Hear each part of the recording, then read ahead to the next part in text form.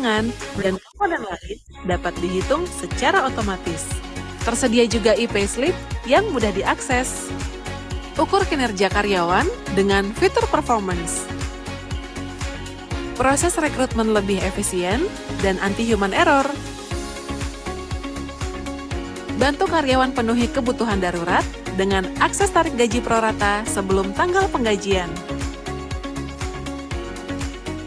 Rasakan pengalaman HRIS yang lebih baik. Bergabung bersama lebih dari 3.000 perusahaan di seluruh Asia. Great Day HR, do something great every day.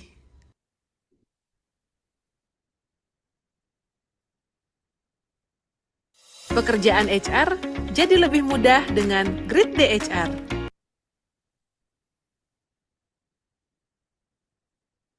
Nah, itu dia sekilas informasi terkait Grid DHR. Jika Bapak ingin tahu lebih lanjut, nanti akan ada sesi khusus nih seputar Grid DHR yang dapat Bapak Ibu semuanya simak. Jadi pastikan Bapak Ibu semuanya mengikuti webinar ini dari awal hingga selesai. Nah, Great People semuanya memasuki sesi inti webinar. Di sini juga sudah hadir narasumber atau speaker kita dari BP Consulting yaitu Mbak Nadia Cahyani. Halo, selamat siang Mbak Nadia. Halo, selamat siang. Apa kabar Mbak Nadia? Alhamdulillah baik. Bagaimana nih kalau kakak Amin. kabarnya? Kayaknya Mbak Nadia juga udah semangat banget nih buat akan mengisi materi kita pada hari ini. Dan tentunya juga Bapak Ibu semuanya pasti juga sudah tidak sabar untuk menunggu pemaparan dari Mbak Nadia. Nah, pada kesempatan ini Mbak Nadia akan membagikan wawasan nih kepada Bapak Ibu semuanya mengenai bagaimana sih HR menghadapi tantangan ekonomi yang berdampak pada kondisi mental dan juga produktivitas karyawan. Mungkin mulai dari tekanan efisiensi perusahaan, target kerja yang meningkat, hingga ketidakpastian bisnis.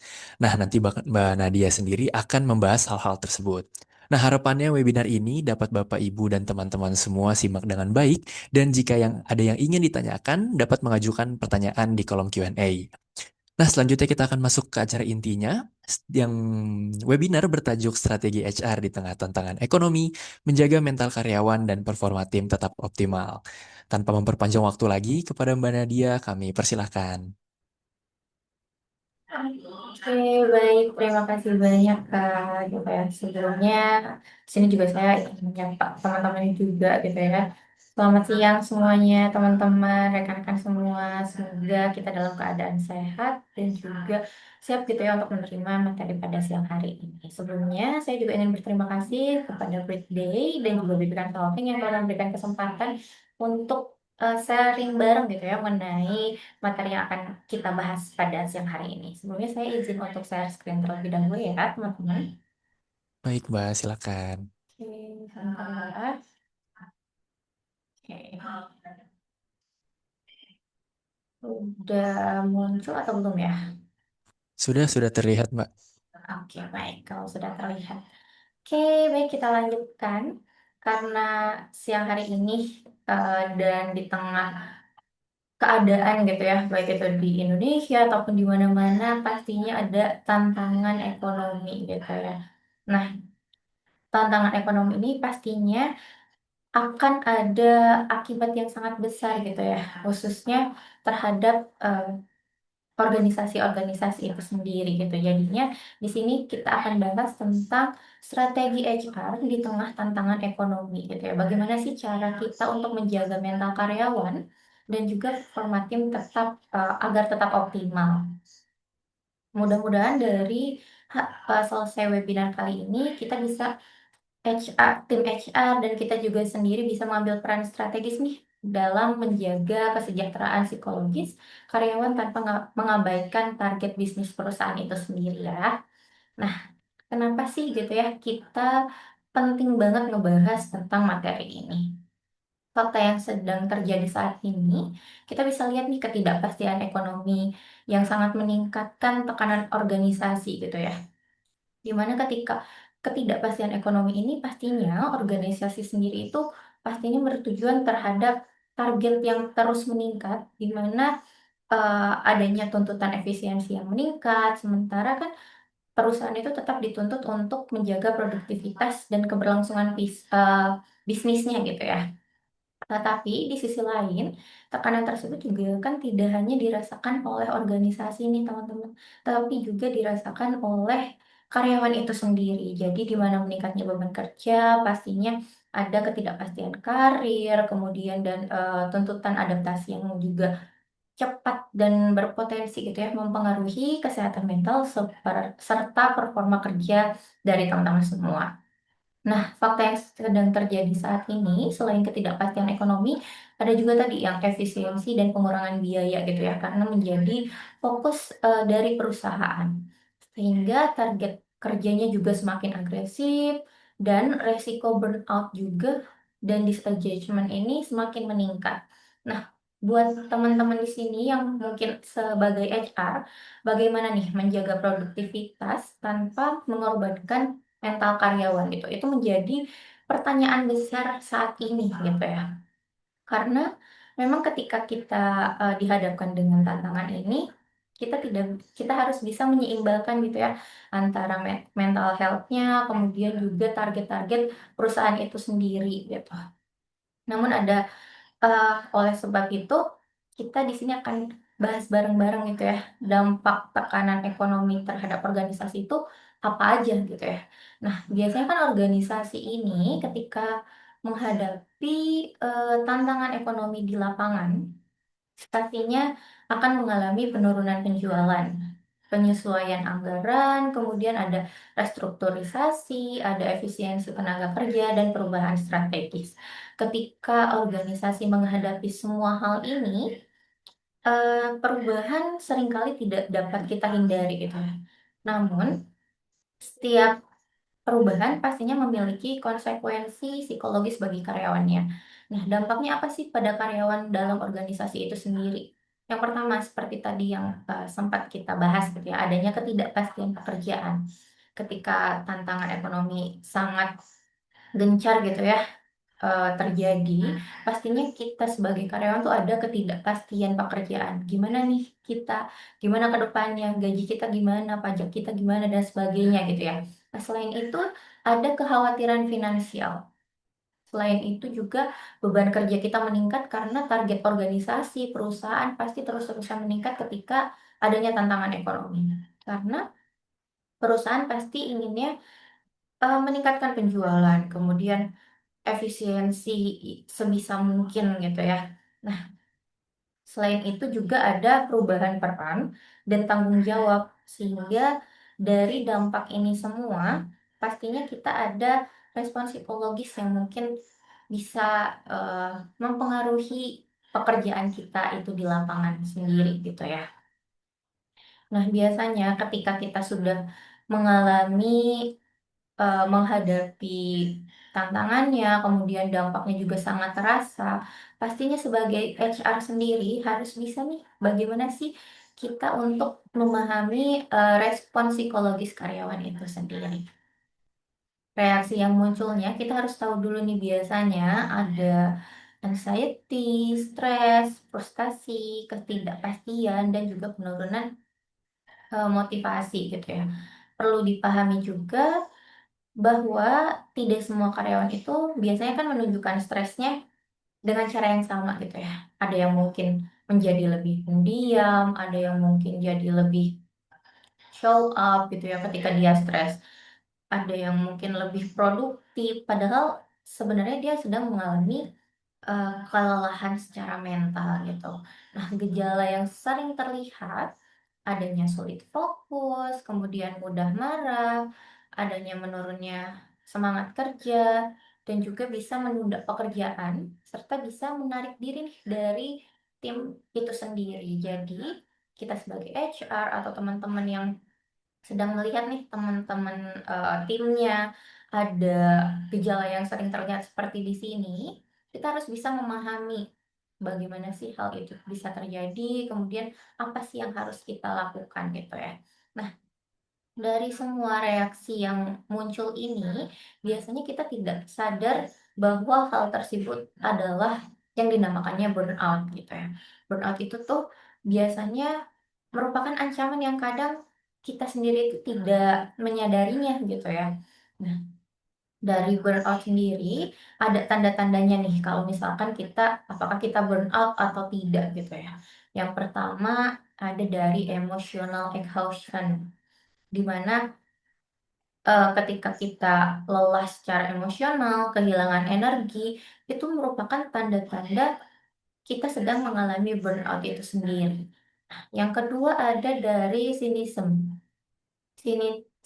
gitu ya, atau kita menjadi sinis nih terhadap pekerjaan. Jadinya kayak ya udahlah bodo amat, yang penting eh, selesai gitu ya. Menurunnya kepedulian terhadap pekerjaan, tanggung jawab. Nah, berarti itu sudah ada tanda-tanda kita sedang merasakan burnout. Selain itu, tanda-tanda burnout sendiri juga ada dari reduced performance, di mana kita produktivitasnya jadi lebih menurun, kualitas kerja kita juga memburuk gitu ya. Mungkin teman-teman di sini juga sempat merasakan burnout gitu ya. Nanti mungkin kita bisa sharing-sharing bareng juga gitu ya. Seperti apa sih burnout yang terjadi sama teman-teman semua, apalagi di ketika kita menghadapi tantangan ekonomi yang semakin meluap ini gitu ya di akhir-akhir bulan ini gitu. Nah, kemudian selain itu peran strategis HR saat ini kita bisa nge-highlight bahwa HR itu tidak lagi sekedar administrasi. Mungkin HR biasanya ngebahas payroll lah, ngebahas kehadiran dan sebagainya. Tetapi peran strategis HR ini tuh saat ini tuh sangat berperan sebagai strategic partner. Kemudian ada agent,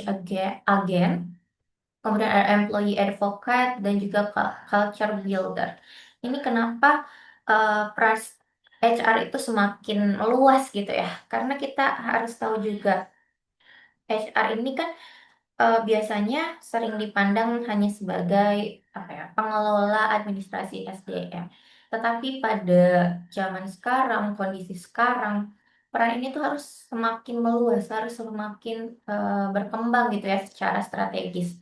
Jadi HR memiliki peran sebagai seseorang yang bisa mampu menjaga keseimbangan antara kebutuhan organisasi dan juga kebutuhan manusia yang ada di dalamnya. Jadi peran HR saat ini tuh cukup berat juga ya teman-teman.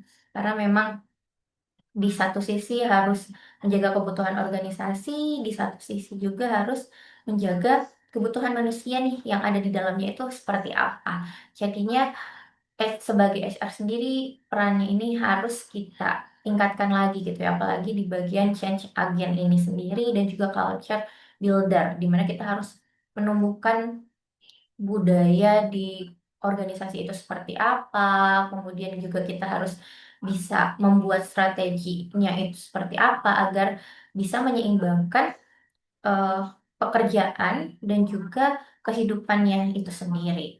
Nah, selain itu, hmm,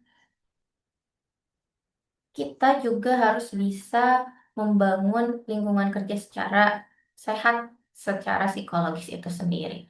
Nah, kondisi ketika karyawan itu sudah bisa merasa aman gitu ya, biasanya nanti akan bisa menyampaikan ide-idenya, kemudian bisa bebas untuk bertanya, bisa mengakui kesalahan, dan juga memberi masukan.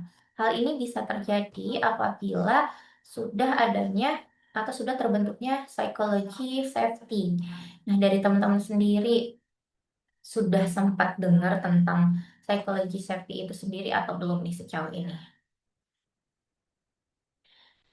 Psychology safety itu memang diperlukan di setiap organisasi agar teman-teman semua itu bisa nyaman gitu ya. Ada rasa keamanan, ada rasa kenyamanan di saat ingin menyampaikan suatu ide, ingin bertanya, kemudian ingin mengakui kesalahan dan juga memberikan masukan. Ketika karyawan atau teman-teman semua sudah merasa aman secara psikologis, biasanya lebih banyak gitu ya idenya. Dampaknya itu akan terasa, pasti inovasinya semakin meningkat, kemudian kolaborasinya juga jadi lebih baik, ada engagementnya yang lebih tinggi gitu ya, dan resiko konfliknya pun lebih menurun karena dia sudah merasa aman adanya psychology safety yang sudah terbentuk di organisasi tersebut. Kuncinya apa sih gitu ya untuk membangun si psychology safety ini di organisasi? Kuncinya adalah tidak lain dan tidak bukan adalah komunikasi gitu ya. Komunikasi itu adalah sebagai kunci utamanya teman-teman. Apa sih yang harus kita lakukan gitu ya ketika kita ingin membangun psychology safety di organisasi? Yang pertama adalah one on one meeting. One on one meeting itu seperti apa sih Kak gitu ya? One on one meeting itu seperti kita bertemu dengan secara empat mata gitu ya, meeting membicarakan ketidakjelasan yang sedang terjadi atau mungkin permasalahan yang sedang terjadi. Jadinya ada komunikasi yang terbentuk sehingga dia juga merasa aman nih. Oh, oke, aku sedang kesulitan nih saat ini. Tugasku kok semakin banyak ya. Ya udah kita ajak untuk one on one meeting gitu ya.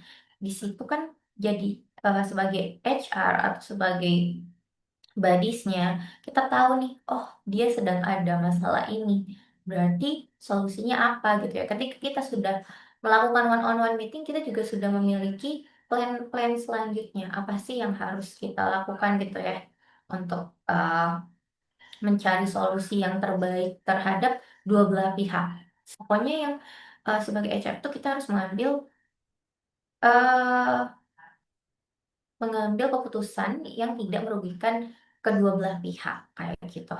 Nah, yang kedua apa? Yang kedua adalah town hall meeting. Ini hampir sama tetapi lebih ke town hall-nya. Town hall itu lebih ke grouping. Selain itu, dari HR-nya sendiri pastinya perlu adanya feedback session. Karena HR juga sebagai manusia gitu ya, pastinya harus adanya feedback gitu dari teman-teman semua. Apa sih yang telah kita lakukan? Apakah kita terlalu ngegas atau terlalu slow gitu ya? Jadinya tiap minggu atau tiap bulan seharusnya diadakan feedback session. Jadi kita juga bisa mengintrospeksi apa saja sih yang harus kita benahi gitu ya ke depannya agar semuanya juga bisa merasa lebih aman, tentram dan juga tidak merugikan kedua belah pihak. Yang keempat itu ada employee listening program. Ini bisa dilakukan nih sama teman-teman semua, di mana kita menjadi pendengar. Menjadi pendengar itu ya udah kita dengerin aja tanpa harus memberikan solusi.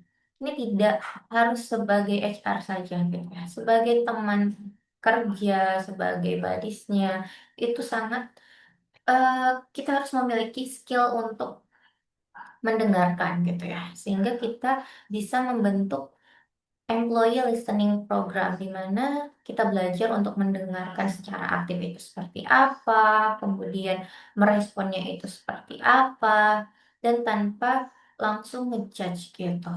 Dan tidak harus memberikan solusi ya teman-teman kalau misalkan ada di listening program itu sendiri. Nah yang terakhir itu ada pulse survey gitu ya, di mana kita bisa melakukan survei secara cepat gitu ya. Dalam satu hari ataupun per minggu itu bisa dilakukan survei. Apa sih yang sedang terjadi di organisasi selama seminggu ini atau di perusahaan selama seminggu ini tuh sedang terjadi apa sih gitu ya. Apakah ada sesuatu yang terjadi atau ada yang masalah di tiap divisinya. Kita harus melakukan quick survey atau full survey. Nah, jadinya memang kuncinya agar terbentuk psychology safety di sebuah organisasi itu adalah komunikasi. Jadi kita harus belajar untuk berkomunikasi itu seperti apa. Komunikasi itu bukan hanya berbicara ya teman-teman, tetapi juga mendengarkan adalah salah satu aspek dari komunikasi itu sendiri. Jadi kita harus belajar nih bagaimana sih cara kita mendengarkan orang lain, cara kita berpendapat dan sebagainya.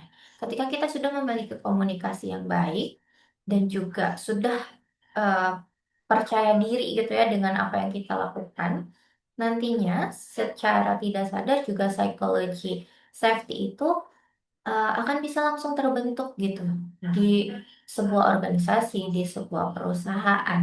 Ketika hal itu terbentuk kan tadi juga dampaknya sangat baik gitu ya, di mana mungkin teman-teman semua bisa lebih kreatif, lebih berani untuk mengeluarkan pendapat dan sebagainya. Nah, kemudian kita juga di era ekonomi yang seperti ini, kita harus bisa menjaga produktivitas tanpa mengorbankan mental karyawan gitu ya. Dari HR-nya itu sendiri, kita harus bisa membuat strategi praktis seperti apa sih yang harus kita lakukan gitu ya, agar karyawannya tetap produktif tapi mental health-nya juga tidak dikorbankan gitu. Ya, yang pertama adalah strategi praktisnya menetapkan prioritas yang jelas. Kita coba nih eee, list dulu prioritas pekerjaannya apa aja, deadline sampai bulan depan apa aja. Kita buat per hari dulu, setelah per hari, per minggu, per bulan, per tahun gitu ya. Nah, ketika kita sudah membuat list tersebut, kita bisa langsung menetapkan prioritasnya itu dengan sangat jelas. Nah, selain kita menetapkan prioritas yang jelas, juga kita harus mengelola nih workload-nya itu secara realistis. Oh, oke, pekerjaannya segini nih gitu, berarti workload-nya eee, agak tinggi gitu ya, dan apa sih yang harus kita lakukan untuk meringankan si workload ini. Caranya ya mungkin mendelegasikan tugasnya ke tim yang lain, atau mungkin ke sesama divisinya, saling membagi pekerjaan agar workload-nya itu seimbang gitu ya. Nah, yang ketiga ada fokus pada outcome, bukan jam kerja. Jadi kita harus fokusnya itu lebih ke apa sih yang akan kita hasilkan gitu ya. Jadinya kalau misalkan kita pengen menghasilkan penjualan yang banyak, ya udah berarti tingkatinnya di sales. Caranya seperti apa sih? Dengan menggunakan sosial media atau mungkin dengan eee iklan di mana-mana dan sebagainya. Jadi kita langsung memberikan fokusnya itu pada outcome yang ingin didapatkannya itu seperti apa. Setelah kita tahu nih outcome-nya apa, kita pasti bisa langsung menyiapkan prioritasnya seperti apa, list-nya seperti apa, jam yang harus dilakukannya itu seperti apa. Jadi sudah lebih terstruktur. Nah, selain itu Eee, harus memberikan dukungan juga kepada leader, kepada timnya, dan sebagainya. Sehingga kita juga bisa menghargai gitu ya, apa keputusan yang akan diambil, apa dampak untuk kita, dampak untuk perusahaan, dan sebagainya.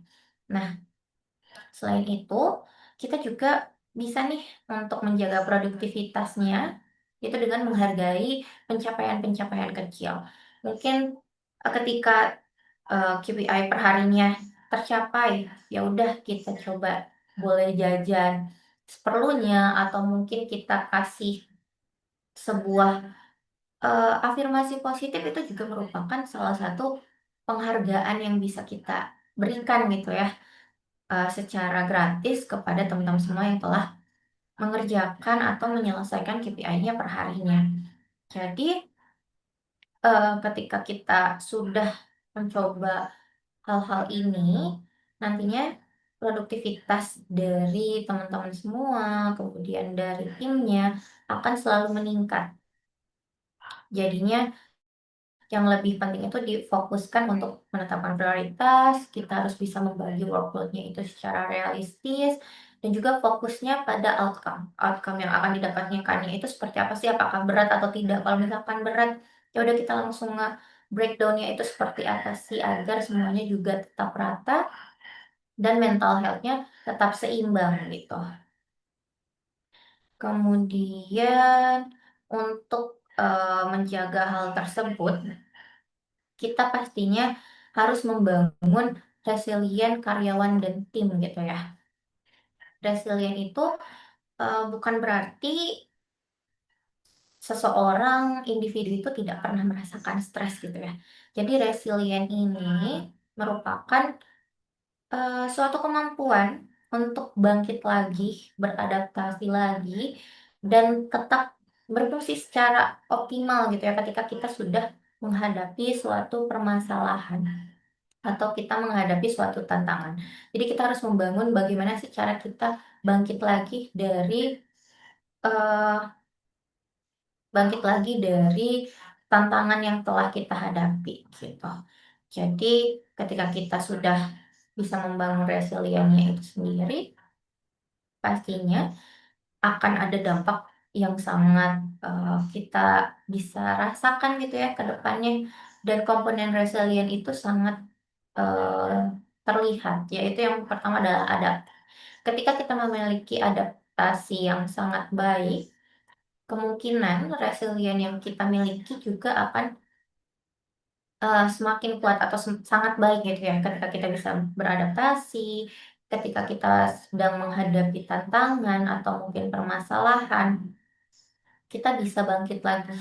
Yaitu secara cepat karena kita sudah pernah merasakannya gitu ya.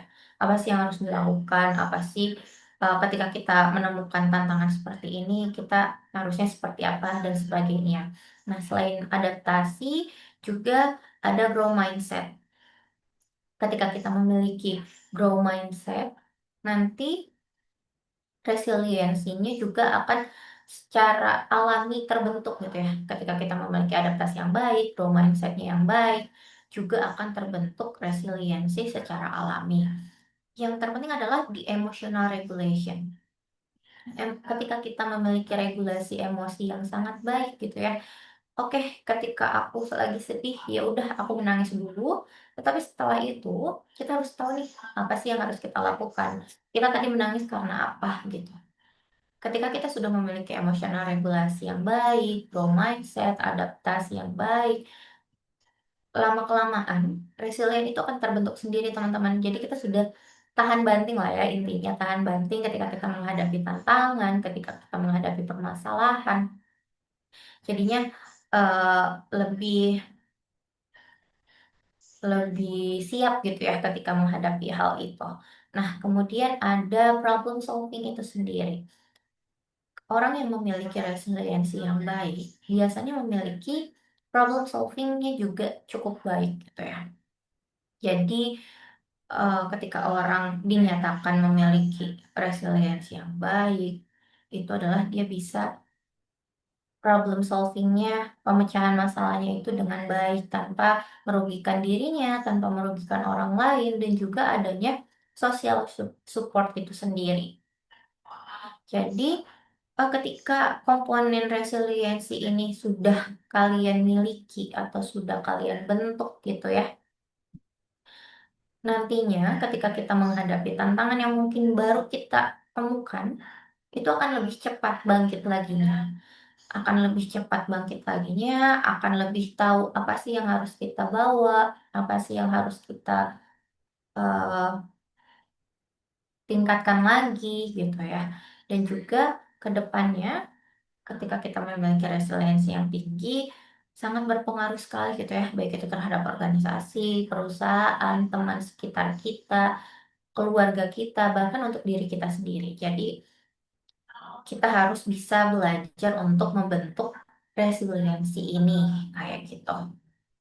Nah, sebagai HR sendiri, kita harus punya action plan gitu ya, untuk membuat suatu perubahan. Kita harus bagi dulu nih, ada jangka pendeknya, ada jangka menengahnya, dan juga ada jangka panjangnya. Untuk jangka pendeknya sendiri, agar kita bisa lebih apa ya, lebih tahu tentang karyawan kita itu seperti apa, lebih tahu tentang perusahaan kita, yang dibutuhkan perusahaan itu seperti apa. Kita coba dengan yang menggunakan survei, survei kondisi karyawan, survei kondisi perusahaannya juga. Selain itu, kita jangka pendeknya mungkin bisa melakukan listening session gitu ya. Listening session kita coba bentuk itu mungkin per minggu kita coba. Jadi kita mengevaluasi weekly ini tuh ngapain aja sih gitu. Apakah ada yang membuatmu keberatan atau mungkin tugasmu apakah kurang dan sebagainya itu kita bikin secara action plan-nya di jangka pendek. Jadi yang jangka pendek itu ada tadi survei karyawan, survei kondisi karyawan dan juga survei kondisi organisasinya itu sendiri. Kemudian yang kedua adalah kita coba melakukan listening session, bisa dilakukan per weekly, dan ketika kita sudah melakukan listening session, kita sebagai HR bisa mengevaluasi, oh oke, beban kerjanya ternyata di si A terlalu berat nih, ternyata dia ada tugas lain dari divisi lain misalkan. Jadi kan kita tahu nih, oh oke, jadi ini kita bagikan lagi, delegasikan tugas lagi ke uh, tim divisi yang lain. Nah, itu untuk jangka pendeknya. Jadi untuk menengahnya, kita coba lebih fokuskan terhadap mental health awareness-nya, kesadaran bagaimana sih cara menjaga mental dari kesehatan mental dari teman-teman itu semua. Jadinya kita kan kadang suka melupakan gitu ya.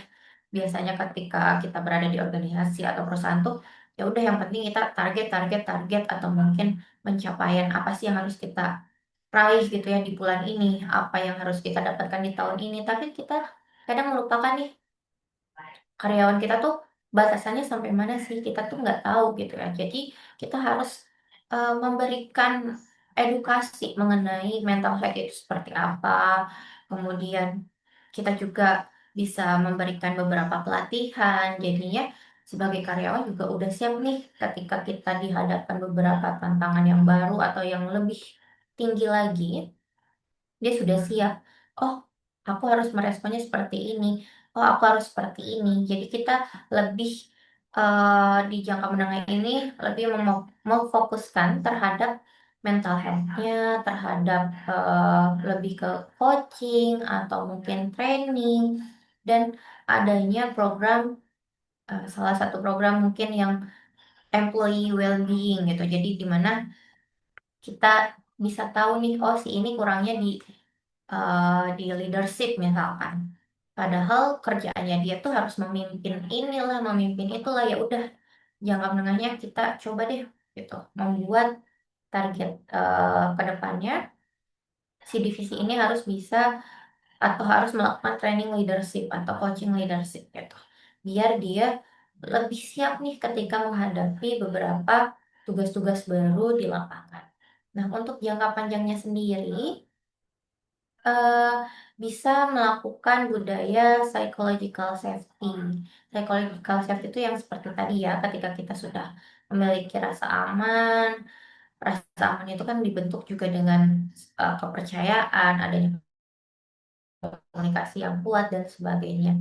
Selain itu adalah well-being strategi yang terintegrasi. Jadi terintegrasi terhadap sistem, mungkin terhadap sistem organisasinya, kemudian terhadap sistem dari karyawannya itu sendiri. Jadinya ada beberapa yang harus dilakukan gitu ya untuk jangka panjang biar kedepannya menjadi bahan evaluasi, mungkin bisa dilakukan per tahunnya atau per bulannya seperti itu teman-teman. Oke, kemudian ini mungkin kita coba studi kasus juga kali ya teman-teman ya. Di sini ada kasus nih. Mungkin salah satu perusahaan mengalami penurunan pendapatan selama 8 bulan terakhir nih. Targetnya meningkat, beberapa posisinya juga tidak digantikan setelah resign, dan hasil survei menunjukkan tingkat stres karyawannya itu meningkat. Nah, mungkin bisa kita coba diskusi bareng-bareng. Apa sih resiko yang kira-kira akan muncul nih ketika ada kasus seperti ini, teman-teman? Kemudian, apa langkah pertama yang harus dilakukan HR? Dan program apa yang paling relevan atau yang paling sederhana bisa diterapkan ketika kasus ini ada di teman-teman semua nih?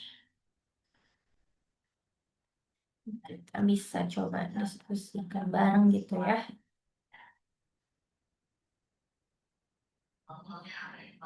mengenai kasus ini. Oke, ini Q&A-nya ada pertanyaan di bawah.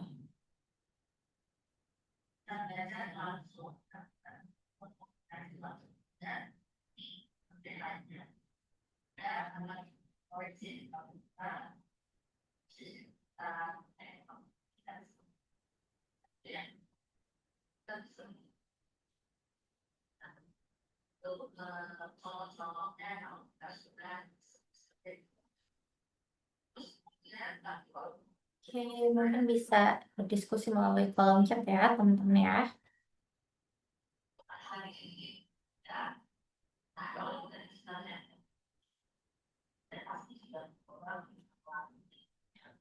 Bagaimana, apa sih yang akan kalian lakukan nih ketika kasus ini terjadi mungkin di kehidupan kalian gitu ya, atau mungkin di organisasi yang teman-teman atau bapak-bapak semua gitu ya,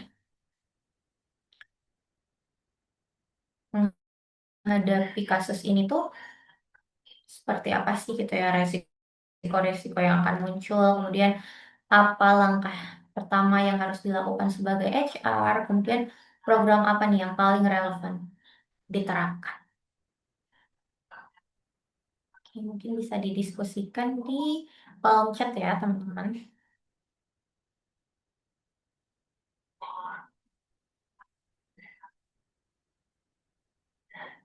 Mungkin ini ada yang jawab Mbak Nadia, tapi by via Q&A Ah, box-nya. oke. Ah, oke. Sebentar saya belum buka box-nya. Oh iya, oke. Udah ada ya. Terima kasih. Ada yang menjawab resiko terhadap karyawan. Oke, burnout-nya meningkat karena beban kerja bertambah, sementara tenaga kerjanya juga berkurang.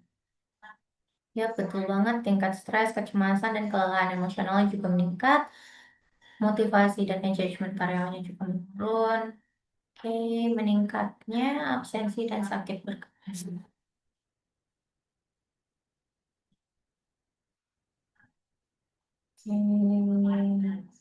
Makanya melakukan diagnosis masalah.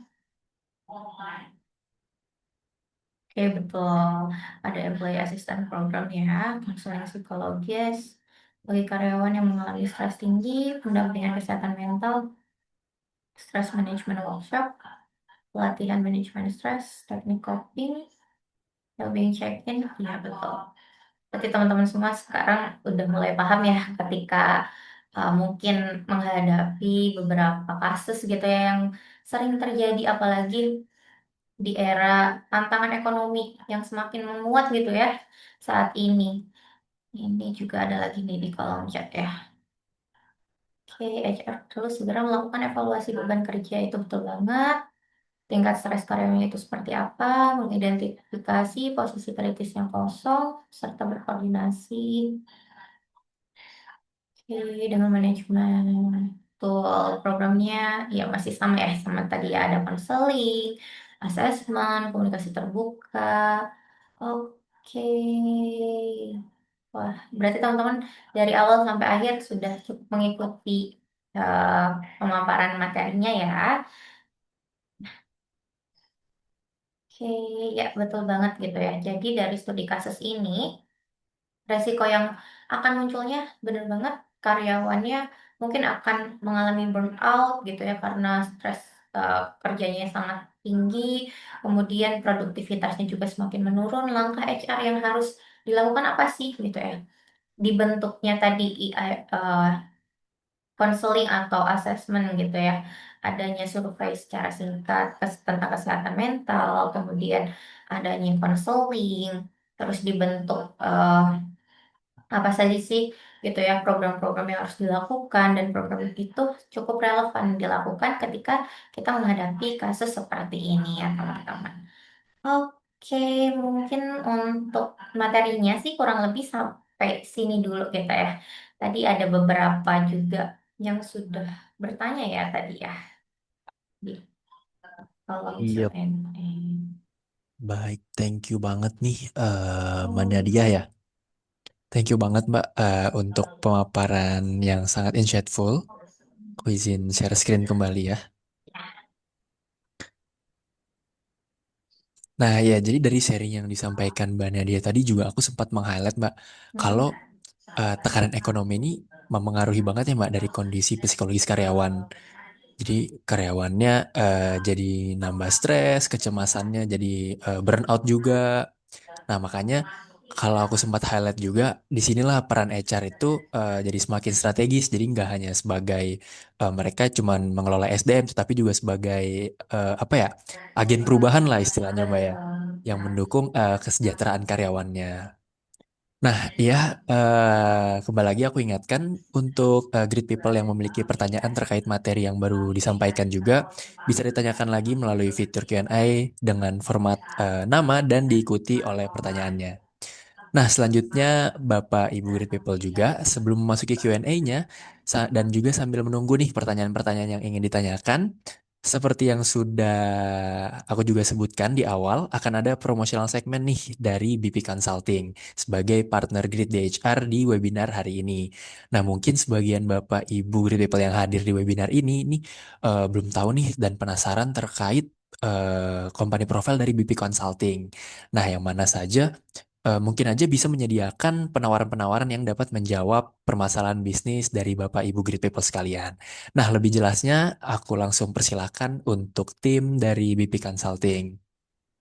Silakan, Bayu. Kasih banyak atas kesempatannya ya. Salam kenal semuanya Bapak dan Ibu. Saya mewakili dari BP Consulting. Saya Ayu dari Business Development. Izin memperkenalkan ya BP Consulting. Namun sebelum itu saya izin share screen ya. Siap, baik. Oke, sudah muncul ya untuk share screen-nya. Oke, Sudah baik. muncul, Mbak. Oke, baik. Terima kasih. Oke, jadi BP Consulting ini adalah perusahaan yang bergerak di bidang pengembangan sumber daya manusia, di mana kami memiliki komitmen untuk membantu pelanggan kami dalam mengelola SDM yang mereka miliki secara optimal. Adapun layanan-layanan yang ada di BP Consulting ini, kami sudah ada banyak ya terkait SDM, diantaranya ada psikotes, ada assessment center. Jadi kalau misalkan Bapak dan Ibu ada kebutuhan rekrutmen ataupun promosi, membutuhkan vendor untuk melakukan psikotesnya, bisa di BP Consulting.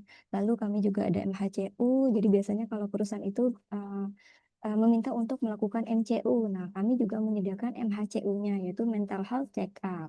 Kemudian juga ada Executive Shot, lalu juga bisa dilakukan tes secara online, Big Five. Kemudian kami juga ada Corporate HR Service. Corporate HR Service ini uh, pendampingan untuk para HR yang mungkin sudah melakukan rekrutmen, namun tidak selalu tidak berhasil seperti itu. Misalnya sering mendapatkan kandidat yang kurang tepat dan lain-lain. Lalu kami juga ada layanan konseling. Nah, konseling ini kita biasanya kalau untuk perusahaan diagendakan seperti pojok psikolog. Jadi nantinya psikolog akan hadir di perusahaan tersebut. Misalnya diagendakan di setiap minggu sekalinya atau di setiap bulannya atau sesuai dengan kebutuhan saja seperti itu. Terkait dengan membantu konseling dari karyawan-karyawannya.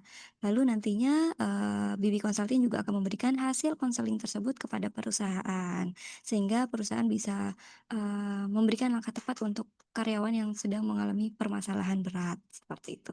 Lalu kami juga ada One Stop Solution HR, di mana One Stop Solution HR ini kami bisa membantu membuatkan penyusunan analisa jabatan, KPI, kemudian juga SOP dan lain sebagainya. Lalu kami juga ada training. Training ini kita juga bisa mengadakan secara in-house. Jadi ketika perusahaan ada kebutuhan untuk melakukan trainingnya nih di perusahaan untuk beberapa karyawan misalnya. Misalnya hanya untuk supervisor ke atas. Jadi membutuhkan training leadership. Nah, itu kita bisa menyesuaikan. Jadi untuk tema, waktu, tempat, lokasi semuanya bisa kita custom. Lalu kami juga ada psikoterapi, kemudian juga ada outbound. Jadi untuk Bapak dan Ibu yang mungkin nantinya biasanya di setiap akhir tahun ya akan mengadakan gathering HRD. Nah, itu kita bisa buatkan juga. Jadi nanti di outbound ini tidak hanya sekedar permainan saja, namun kita juga akan bisa memberikan observasi, kita juga akan lakukan observasi dan nantinya kita akan memberikan hasil laporan observasi tersebut. Nah, hasil laporan observasi ini juga akan diobservasi oleh S1 psikologi seperti itu. Lalu juga ada sistem HR, ada grafologi dan tes MMPI. Nah, tes MMPI ini kita akan membantu untuk men-screening awal apakah ada atau tidaknya gangguan mental pada seseorang. Seperti itu. Nah, selanjutnya BB Consulting ini tidak hanya ada di Jakarta, Jadi kantor pusat kami itu ada di Jakarta, namun kami sudah tersebar di seluruh kota Indonesia. Untuk di Pulau Jawa, kami sudah berada di kabupaten-kabupaten. Kemudian untuk di luar Pulau Jawa, kami sudah berada di ibu kota provinsi. Sehingga jika Bapak dan Ibu ada kebutuhan, misalnya untuk kebutuhan rekrutmen untuk melaksanakan secara offline, tapi kandidatnya satunya ada di Manado, kemudian satunya ada di Yogyakarta. Nah, itu bisa kita bantu sesuaikan meskipun nantinya psikolog yang handle pun akan berbeda. Seperti itu. Lalu berikut ini adalah kelebihan yang ada di BB Consulting. Jadi yang pertama tentunya kami menjaga untuk fast respon untuk memahami kebutuhan klien. Jadi kalau misalkan ada tiba-tiba mendesak, urgent, H-1 kita bisa langsung respon dan proses segera. Lalu kita juga sudah standarisasi mutu ISO 9001 sehingga layanan dan jasa yang kami berikan sudah terjamin tentunya. Kemudian metode yang kami gunakan bisa dilakukan secara online dan offline di seluruh kota Indonesia. Psikolog yang handle tentunya sudah berpengalaman dan memiliki SIPP aktif. Kemudian quality control kami berpusat di Jakarta, membuat kualitas tetap standarisasi dan bentuk laporan bisa didesain sesuai dengan ketentuan perusahaan. Nah, hal ini misalnya Bapak dan Ibu seperti yang tadi disampaikan, ada kebutuhan rekrutmen, kandidatnya berbeda kota. Nah, hal ini bisa dibandingkan apple to apple Bapak dan Ibu. Jadi quality control kami berpusat di Jakarta membuatnya hasilnya akan sama baiknya. Jadi psikolognya berbeda pun hasilnya akan tetap sama karena kami sudah memiliki standar penilaian juga. Lalu alat tes yang kami gunakan tentunya juga sudah standar RIMSI, kemudian tes online kami praktis, fleksibel, dan aman. Praktis artinya peserta hanya cukup menyiapkan laptop dan jaringan stabil, kemudian fleksibel. Link tes yang kami berikan bisa dikerjakan sesuai dengan request peserta. Misalnya mau dikerjakan jam kerja, di luar jam kerja, dan lain-lain bisa kami sesuaikan. Lalu aman artinya kami sudah ada security system. Jadi hal ini bisa meminimalisir adanya kecurangan. Kemudian kami juga available menyediakan pelaksanaan secara in-house. Jadi kalau misalnya tesnya mau di tempat Bapak dan Ibu bisa kita sesuaikan. Jadi nanti tim BP yang akan datang ke perusahaan Ibu seperti itu. Kemudian setiap 6 bulan sekali kami juga memberikan laporan tentang analisa kemampuan kandidat yang telah mengikuti selama periode tersebut. Lalu mengadakan 2 kali gathering HRD di setiap tahunnya. Hal ini kita juga kemas melalui training-training. Biasanya kita training-trainingnya seperti nine box, analisa jabatan, dan lain sebagainya. Lalu secara berkala kita juga memberikan tes online gratis untuk 3 kuota kepada perusahaan. Kemudian untuk kebutuhan sistem HR kami kelola sesuai dengan budaya perusahaan, diproses dengan cepat, tepat, dan lengkap. Lalu kami juga memberikan free training 1 kali untuk PIC dengan syarat dan ketentuan berlaku dan garansi after service untuk yang sudah melakukan PO. Nah, sekian dari company profile dari BB Consulting.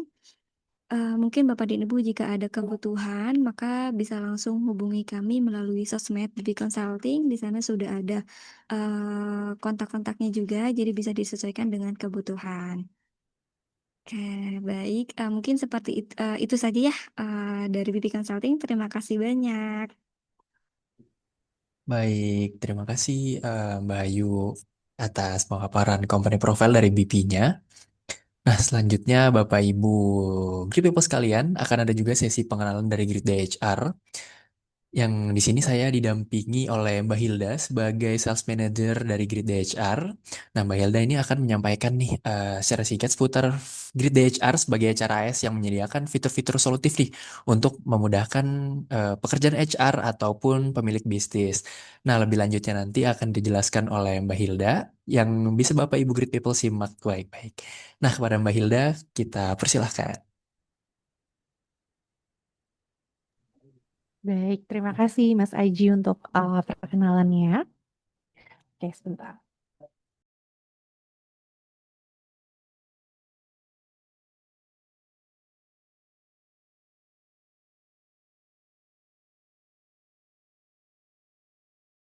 Mungkin izin aku off cam ya, Mas Aji dan rekan-rekan semua. Izin untuk sharing screen. Oke, Mbak.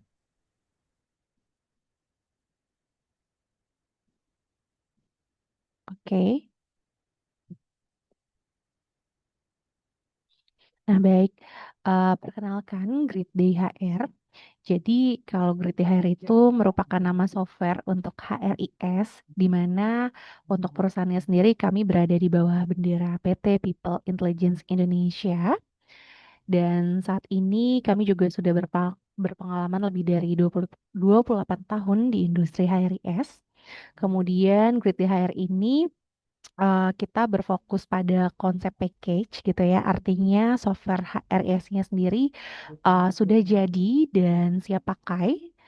Dan kita juga nggak hanya di Bintaro untuk kantor pusatnya, tapi kita juga ada di beberapa negara. Jadi kita buka begitu ya perwakilan di Philippines, Malaysia, Thailand, dan yang terbaru ada di Vietnam. Dan juga kalau di Indonesia sendiri, Gridly juga sudah hadir di wilayah Surabaya gitu. Nah, berikut portfolio dari pengguna Gridly HR.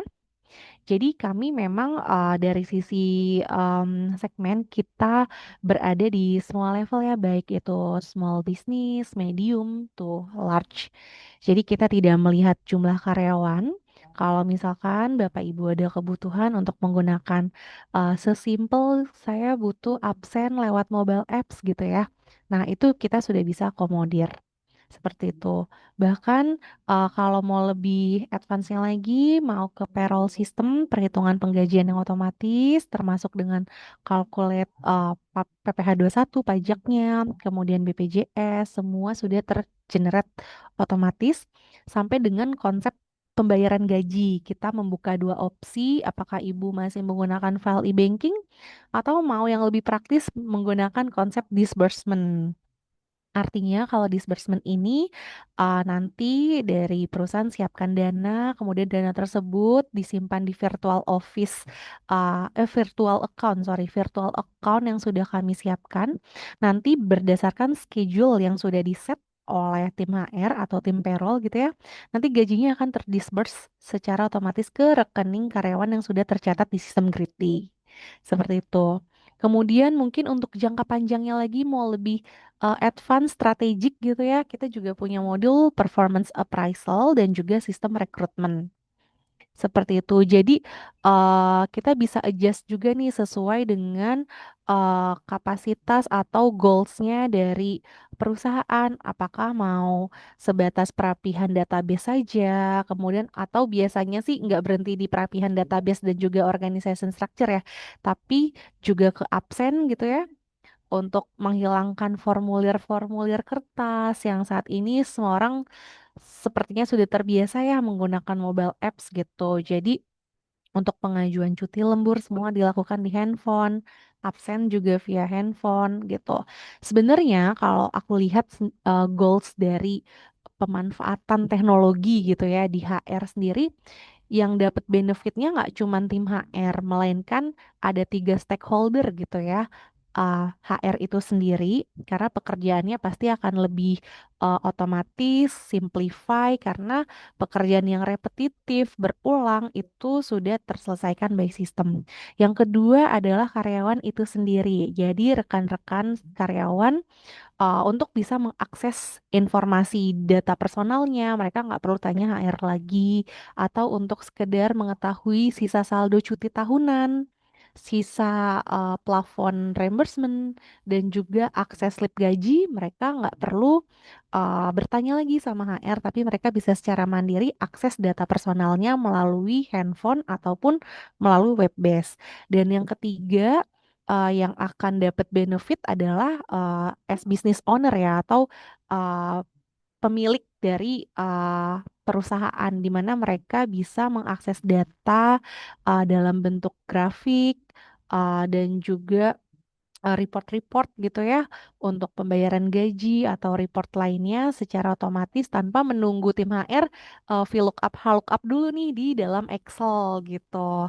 Jadi uh, apa namanya semua sudah terintegrate yang memiliki kepentingan gitu ya juga bisa akses ke dalam sistem.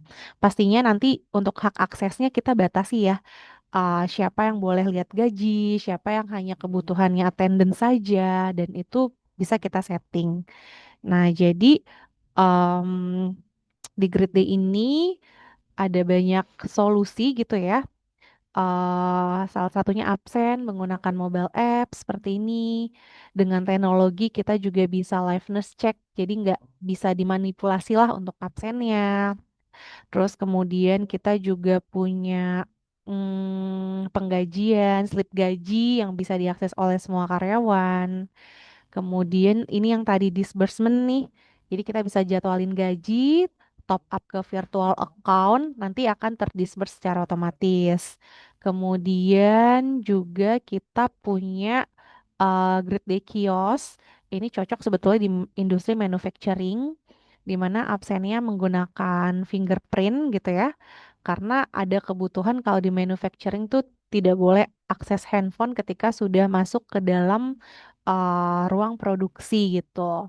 Nah, di situ dipasang device untuk absen menggunakan wajah. Nanti dari sini sudah terintegrate langsung datanya ke dalam database mesin absen. Kemudian untuk tadi business owner kita udah juga sajiin nih dashboard gitu ya. Jadi tinggal dipanggil aja nih dashboardnya mau dalam bentuk uh, bar atau pie gitu ya. Nah, nanti bisa diatur sendiri nih di sini. Kita bisa bikin apa namanya template untuk manggil dashboardnya gitu. Nah, mungkin tips gitu ya ketika Bapak Ibu memutuskan untuk mulai investasi software. Jadi sedikit gambaran tips aja nih dari obrolan-obrolan sama praktisi HR lainnya yang sudah menggunakan sistem ya. Kalau memang concernnya di perhitungan gaji, carilah vendor yang memang uh, kantornya ada di Indonesia gitu ya. Jangan dari luar. Karena kenapa? Karena seperti Bapak Ibu tahu nih, bisnis proses yang kaitannya dengan undang-undang pemerintah Indonesia seringkali berubah dan menuntut untuk efektifnya tuh sesegera mungkin. Contoh yang paling sering adalah perubahan terkait dengan pajak gitu ya. Nah, pajak kadang sudah diputuskan di pertengahan tahun, tapi efektif date-nya harus dari Januari. Nah, bayangin kalau misalkan developernya itu dari luar negeri gitu ya. Nah, bagaimana mereka mengejar ketertinggalan tersebut sementara developernya ada di luar. Nah, sementara kalau keuntungan vendornya di Indonesia gitu ya, kita pastinya sudah adapt dengan regulasi pemerintah dan kalaupun ada kebijakan yang berubah di pertengahan tahun, kita bisa lebih cepat untuk apa namanya ikutin seperti itu. Dan yang kedua, mungkin tips yang kedua adalah berkaitan dengan teknologi yang sekarang ini banyak banget diminati gitu ya sama praktisi HR adalah konsep software as a service, di mana dari perusahaan nggak perlu pusing untuk investasi perangkat keras, seperti apa contohnya pengadaan server, kemudian di dalam server kan ada banyak software yang harus diinstal ya Bapak Ibu, nggak cuman dari sistem itu sendiri, melainkan harus ada apa namanya antivirusnya, firewallnya dan lain-lain. Dan once itu tidak di-manage baik oleh tim IT, maka yang terjadi bisa jadi kebocoran data atau tiba-tiba database-nya kena virus. Nah, makanya tren sekarang tuh banyak perusahaan yang sukanya software as a service karena mereka nggak perlu pusing terkait keamanan data karena sudah dikelola oleh vendor itu sendiri, apalagi apa namanya si vendor itu sudah terpercaya karena memiliki sertifikasi ISO gitu ya. Nah, itu juga penting ketika misalkan mau investasi server juga bisa ditanyakan mengenai keamanan datanya. Seperti itu. Karena bagaimanapun data pribadi karyawan Bapak Ibu termasuk data gaji kan dititipin sebenarnya ya, dititipkan ke vendor. Nah, ini perlu diketahui juga apakah sudah tersertifikasi oleh ISO. Seperti itu. Dan bagaimana dengan after sales-nya? Nah, ini juga nggak kalah penting. Karena di awal-awal banyak juga yang cerita ke kita gitu. Oh, kita pilihnya waktu itu berdasarkan harga yang paling murah gitu. Tapi lupa menanyakan bagaimana dengan after sales-nya. Ternyata setelah implementasi selesai, nggak ada yang bisa dihubungin satupun karena yang ada di grup hanya sales aja gitu. Dan juga mungkin ketika diarahin untuk chat itu yang bales bot gitu ya. Nah, itu yang dihindari sekali oleh Grid Day. Jadi uh, di kami sebagai provider HRIS tidak hanya menawarkan produk gitu ya, tapi juga pengalaman after sales-nya. Di mana nanti kita akan bikin WhatsApp group dengan tim yang dedicated gitu ya. Dan juga di dalam WhatsApp nggak cuman sales aja, melainkan ada tim implementer, customer support, customer service, dan apa namanya, mereka akan keluar ketika memang mereka resign seperti itu. Jadi tetap datanya untuk apa namanya, kalau ada kesulitan, ada isu, bisa drop message di WhatsApp tersebut. Seperti itu. Jadi yang perlu di-highlight karena investasi teknologi seharusnya menjadi investasi jangka panjang begitu ya. Karena capek juga sih kalau baru sebentar kemudian pindah, sebentar pindah. Nah, itu adalah cost gitu ya, biaya untuk implementasi ulang. Kemudian waktunya udah jadi kebuang-buang, keburu sosialisasi, pada akhirnya software-nya nggak dipakai. Jadi sekedar tips itu sih. Jadi Ibu sama Bapak bisa memperhatikan vendornya dari mana, kemudian sudah sertifikasi ISO atau belum, dan bagaimana layanan after sales-nya. Karena yang perlu aku garis bawahin, pastinya setiap HRIS itu goals-nya sama ya, yaitu sama-sama bisa ngitung gaji, betul, sama-sama bisa bikin report terkait absen, terkait gaji, itu memang betul. Tapi tiga aspek penting tadi tuh suka terlewatkan, dan kerjasamanya cuma 1 tahun, terus tahun depannya itu pindah seperti itu. Nah, nanti kalau misalkan Bapak Ibu tertarik ya untuk mengetahui produk Grid Day lebih dalam lagi, bisa menghubungi tim marketing kita, mungkin dengan Mas Aji gitu ya, untuk tahu cocok nggak sih perusahaan kita pakai Hari S, dan kendala-kendala apa saja yang dialami, bisa berdiskusi dengan konsultan kita gitu ya.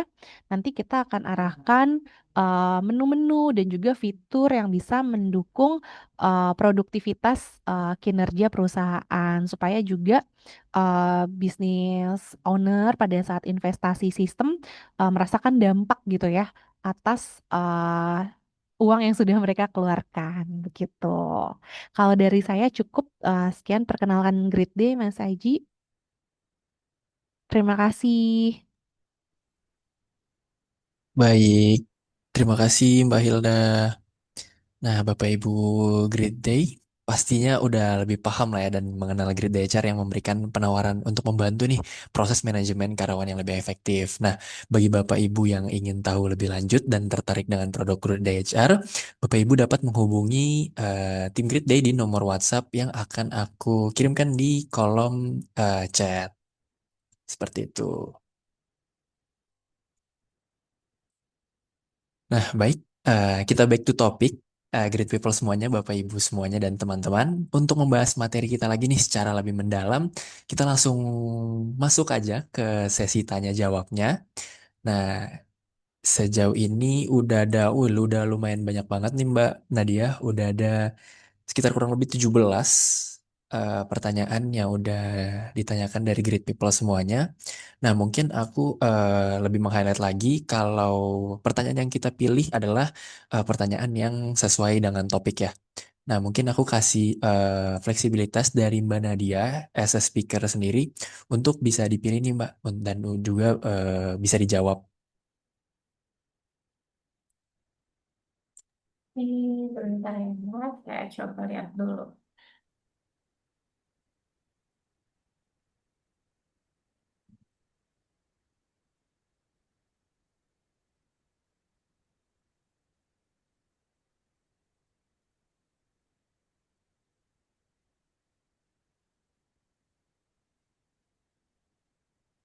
Ini menjawab berapa pertanyaan dulu nih, Mas Aji?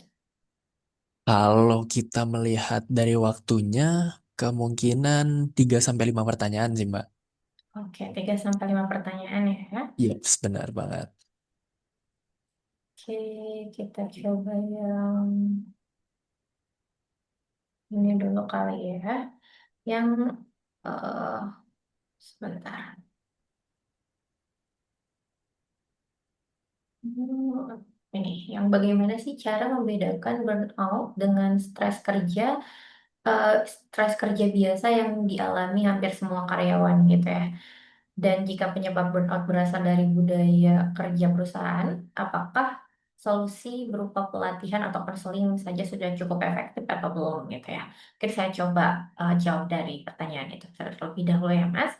Oke, teman-teman kita untuk membedakan nih stres kerja biasa sama burnout itu seperti apa, kita bisa lihat dari mungkin aspek durasinya ya. Kalau misalkan stres kerja biasa itu umumnya bersifat sementara, kemudian dan bisa mereda setelah mungkin beban kerjanya itu sudah berkurang atau mungkin setelah kita beristirahat. Tetapi kalau burnout itu sendiri, biasanya durasinya cukup lama nih dan berlangsungnya itu uh, tidak langsung gitu ya ketika kita istirahat bangun langsung selesai gitu ya. Tetapi burnout itu cukup lama dan bersifat kronis gitu ya. Nah, kemudian untuk aspek selanjutnya yang bisa kita lihat gitu ya kalau itu stres kerja biasa atau burnout yaitu dari energinya. Biasanya kalau stres kerja yang biasa itu karyawan itu masih bisa memiliki motivasi gitu ya untuk menyelesaikan pekerjaan. Tetapi kalau misalkan udah burn out, dia tuh kayak udah kehabisan energinya tuh secara fisik iya, emosional iya, jadi kayak ya udah ngegantung aja gitu ya, tidak menyelesaikan pekerjaannya juga dan tidak fisiknya juga sangat lelah gitu. Nah, selain durasi, kemudian energi, ada juga dari mungkin sikap terhadap pekerjaannya itu sendiri. Kalau misalkan stres kerja biasa, biasanya masih peduli terhadap hasil kerjanya. Walaupun dia stres apapun, dia kayak, aduh ini harus selesai nih, aku kerjain deh, ya udah tetap aku kerjakan gitu ya, walaupun sampai begadang dan sebagainya. Tetapi kalau burnout, dia mulai tadi ada sifat sinisnya, mungkin apatisnya jadi pendiam di kantor, kemudian jadi apa ya kehilangan ketertarikan terhadap pekerjaan kayak ya udahlah gitu nanti juga ada yang ngerjain atau mungkin ya udahlah nanti juga hasilnya tetap sama aja kayak gitu ya. Nah, yang terakhir mungkin dari eh, pemulihannya. Kalau misalkan stres kerja kan tadi cukup cepat gitu ya. Setelah libur sehari atau mungkin ngambil cuti sehari atau 2 hari itu langsung kayak ya udah selesai gitu, udah refresh lagi. Tapi kalau burnout itu tadi pemulihannya tidak hanya cukup dengan istirahat singkat saja. Jadi kita harus tahu nih burnoutnya itu akarnya dari mana, apa saja sih yang harus kita lakukan gitu. Nah, selain tadi kan ada durasi, kemudian energinya, sikap terhadap pekerjaannya, dan pemulihannya gitu ya. Nah, kemudian tadi ada nanyanya jika burnout berasal dari budaya kerja perusahaan, apakah solusi berupa pelatihan atau konseling saja sudah cukup efektif? Tentunya kalau misalkan burnout itu tidak cukup gitu ya, masih kurang cukup. Kenapa sih masih kurang cukup gitu ya? Karena pelatihan dan konseling saja itu uh, dilihat memang bisa membantu individu gitu ya untuk mengembangkan kemampuan copingnya, regulasi emosinya, manajemen stresnya. Namun jika akan masalahnya berasal memang dari organisasinya atau sistem organisasinya, maka yang harus dilakukan itu adalah uh, intervensi individualnya itu akan memberikan dampak yang mungkin terbatas. Jadinya perlu evaluasi secara menyeluruh gitu ya. Jadi kita harus melakukannya itu intervensi terhadap organisasi itunya sendiri gitu. Jadi kita coba melakukan evaluasi beban kerjanya dulu, kemudian penguatan kepemimpinan, terus ada meningkatkan employee well-being-nya juga, membangun budaya kerja yang sehat, dan adanya monitoring data SDM seperti yang tadi Grid Day jelaskan juga gitu ya dari sistem Grid Day itu seperti apa sih gitu. Jadi kita juga bisa lihat gitu untuk memonitoring data SDM-nya itu seperti apa kayak gitu. Itu mungkin ya kalau misalkan untuk perbedaan stres kerja biasa dan juga burnout dan konseling sama pelatihan aja itu sudah cukup atau belum? Tentunya belum kalau misalkan memang akarnya dari si sistem organisasinya. Tapi kalau misalkan akarnya dari diri sendiri, itu sudah cukup. Seperti itu saja sih untuk pertanyaan dari Kak Salomo Depi ya tadi ya kalau nggak salah. Iya, benar dari Kasaloma DP. Oke, Nah, ini menurut aku juga ada yang menarik Hah, ini nih, Mbak, dari Umi, dari PT Tas boleh. BPN nih. Nih, izin menanyakan jika kesehatan psikologis karyawan dianggap sebagai aset strategis perusahaan nih. Nah, kebijakan dan program apa yang seharusnya menjadi prioritas utama HR nih untuk meningkatkan engagementnya, loyalitas, dan produktivitas jangka panjangnya. Dan juga itu bagaimana HR menyesuaikan pendekatan dari sisi psikologisnya nih, Mbak. Oke, baik. Nah, jika kesehatan psikologis gitu ya dianggap sebagai aset strategi perusahaan, HR itu perlu berfokusnya itu pada upaya pencegahan. Jadi bukan hanya penanganan gitu ya. Kalau bagi tim HR sendiri itu adalah fokusnya itu ke pencegahannya, bukan hanya penanganan. Jadi ketika masalah sudah muncul, mungkin HR bisa coba eh, apa ya, melakukan atau menulis prioritas apa saja sih yang harus dilakukan. Yang mungkin yang pertama yang bisa HR lakukan adalah coba membangun budaya kerja yang sehat. Caranya gimana sih? Caranya ya yang tadi adanya komunikasi terbuka, kemudian lingkungan kerjanya itu bisa aman secara psikologis, adanya mungkin reward terhadap kontribusi karyawannya, dan juga budaya saling menghormati. Nah, itu prioritas yang bisa dilakukan ketika masalah memang sudah muncul gitu ya. Jadi HR bisa membangun budaya kerja yang sehat, kemudian tadi bisa melakukan juga program well-being yang terintegrasi. Biasanya programnya itu apa ya, bisa mencakup aspek fisik, psikologi, sosial, dan finansial. Jadi bisa melakukan outbound dan sebagainya tadi seperti yang telah dijelaskan BB Consulting juga kan tadi bisa partneran gitu yang melakukan outbound, program well-being dan sebagainya. Jadinya hal itu juga bisa dilakukan oleh HR. Nah, yang ketiga mungkin bisa melakukan pengembangan kepemimpinan yang empatik gitu ya. Jadi kita bisa melihat nih kalau atasan langsung itu kan memang faktor yang sangat berpengaruh gitu ya terhadap engagement dan juga loyalitas karyawan itu sendiri. Jadi oleh karena itu pimpinan juga perlu dibekali nih sama kemampuan seperti active listening-nya itu seperti apa, kemudian coaching dan mentoringnya itu seperti apa, emotional intelligence-nya itu seperti apa, dan bagaimana sih si pemimpin itu bisa memanajemen konfliknya kayak gitu. Nah, kemudian ada lagi yang bisa dilakukan HR selain melakukan tadi pelatihan, bisa fleksibilitas mungkin ya, fleksibilitas dan apa ya, work life balance lah ya, kalau misalkan kita sering dengar gitu ya, harus coba adanya membangun work life balance. Karyawan bisa karena karyawan yang mampu menjaga keseimbangan gitu ya antara pekerjaannya dan kehidupan pribadinya, cenderung kan engagementnya lebih tinggi nih. Jadi resiko burnoutnya juga lebih rendah. Nah, kemudian yang terakhir yang bisa dilakukan adalah sistem apa ya tadi kayak evaluasi gitu ya, kayak pengakuan atau mungkin pengembangan karir yang ada. Jadi ya udah karirnya itu yang udah adanya seperti apa sih. Jadi selain kompensasi, karyawan juga kan kadang pengen dihargai gitu ya.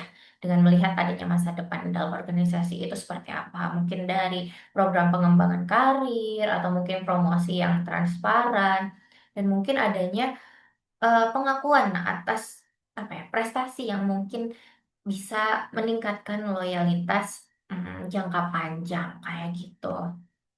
Terus tadi apa lagi ya? Oh, dan dalam menghadapi generasi kerja yang semakin beragam gitu ya. Tadi bagaimana sih HR menyesuaikan pendekatan psikologisnya seperti itu ya, kalau nggak salah. Oke, strateginya kalau misalkan memang berbagai generasi gitu ya, apalagi sekarang kan sudah banyak generasi Gen Z gitu ya yang sering kita dengar di setiap perusahaan pasti ada yang mengeluh kayak Gen Z nih gak bisa ini, gak bisa itu, dikit-dikit langsung mental health dan sebagainya. Strategi yang bisa dilakukan HR ketika menghadapi generasi X, milenial, Gen Z itu harus dilihat dulu nih apa sih yang dimiliki oleh perusahaan itu gitu HR-nya. Ya mungkin kita harus menghindari pendekatan secara one size fits all gitu ya. Jadi kita nggak bisa menyamaratakan nih setiap generasi X harus kayak gini, milenial kayak gini, Gen Z kayak gini. Jadi memang kita harus membeda-bedakan cara pendekatannya. Karena kan udah beda generasi gitu, nggak bisa disamaratakan. Kita melakukan pendekatan ini gitu. Tidak. Jadi kita harus melihat dulu generasi itu seperti apa, dan melakukan pendekatannya itu seperti apa. Kemudian eh, melakukan tadi hampir sama mungkin ya seperti yang tadi, juga meningkatkan employee listeningnya, kemudian adanya mendorong psychological safety, kemudian menerapkan inclusive leadership juga seperti tadi yang telah saya coba bicarakan gitu ya, dan memanfaatkan data untuk mungkin personalisasi dari HR itu sendiri, personalisasi program HR-nya. Jadi HR-nya juga udah tahu nih, oh buat si divisi ini atau buat si tim ini karena dia Gen Z, mendingan kita programnya ini deh gitu. Kalau misalkan buat si generasi milenial, mendingan programnya ini deh gitu. Kayak gitu sih. Jadi kesimpulannya mungkin bisa saya rangkum gitu ya. Kalau misalkan kesehatan psikologis itu memang dipandang sebagai aset dari aset strategisnya gitu ya. Jadi mereka prioritas HR itu bukan hanya menyediakan program konseling, tetapi juga membangun budaya kerja yang sangat sehat, kepemimpinan yang empatik, kemudian adanya sistem pengembangan karir yang jelas ke depannya itu seperti apa, serta lingkungan yang mendukung keseimbangan hidup. Kayak gitu sih untuk jawaban dari Kak Umi ya tadi ya Kak ya. Iya betul banget Kak dari Kak Umi. Berarti tadi kalau aku juga sempat Hmm. highlight terkait outboundnya Kak, berarti memang Mm-mm. kalau karyawan-karyawan mungkin yang dia lagi burnout atau stres itu mungkin bisa jadi strategi HR buat ngajak mereka yang kayak liburan gitu ya, kayak emang jalan-jalan, main-main, doing something yang fun lah ya Kak istilahnya. Iya, betul. Jadi memang perlu diajak refreshing dulu lah gitu ya Ngajak outbound. refreshing, Selain benar-benar. outbound kan selain refreshing, kita juga pastinya membangun kekompakan sesama timnya. Terus kan di situ juga Oke. pasti ada game-game yang bisa kita lakukan. Gimana gimana sih caranya untuk memecahkan suatu masalah secara tim itu seperti apa dan lain-lain kayak gitu sih. Berarti bisa jadi ajang buat bonding juga ya Kak sesama Nah, timnya gitu ya. betul. Oke, ini juga ada satu yang menurut aku juga menarik nih Kak dari Boleh nih. Kak Oda. Nih Kak kalau Oda. dalam situasi ekonomi yang tidak menentu ini kan seringkali muncul kecemasan akan keamanan kerja, job insecurity ini. Nah, kalau misalkan dari sudut pandangnya psikologinya, gimana sih HR itu bisa membangun rasa aman tanpa harus memberikan janji-janji yang nggak realistis nih Kak ke karyawannya? Oke. Jadi memang apa ya, cukup penting juga ya pertanyaan ini dalam situasi ekonomi yang saat ini tidak menentu gitu ya. Jadi kan Hmm. karyawan kadang sebenarnya mungkin tidak selalu menuntut jaminan bahwa mereka akan aman selamanya, tetapi kan kadang mungkin mereka ingin mendapatkan kejelasan gitu ya. Lebih tepatnya itu adalah kejelasan ke depannya gimana sih gitu ya. Kejelasannya gimana, kepercayaan dari perusahaannya itu gimana.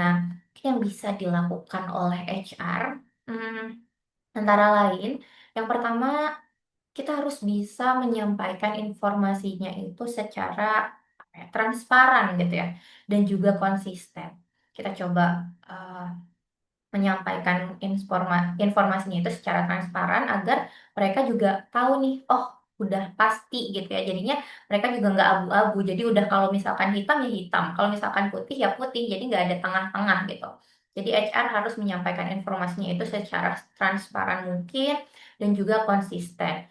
eh dan HR juga ketika menyampaikan sesuatu perlu juga apa ya, menyampaikan kondisi perusahaan itu secara jujur gitu ya. Tadi kan transparan, jadinya nggak ada yang jadi bisa apa ya, saling mengerti kedua belah pihaknya gitu. Jadi nggak salah satu saja yang memberatkan.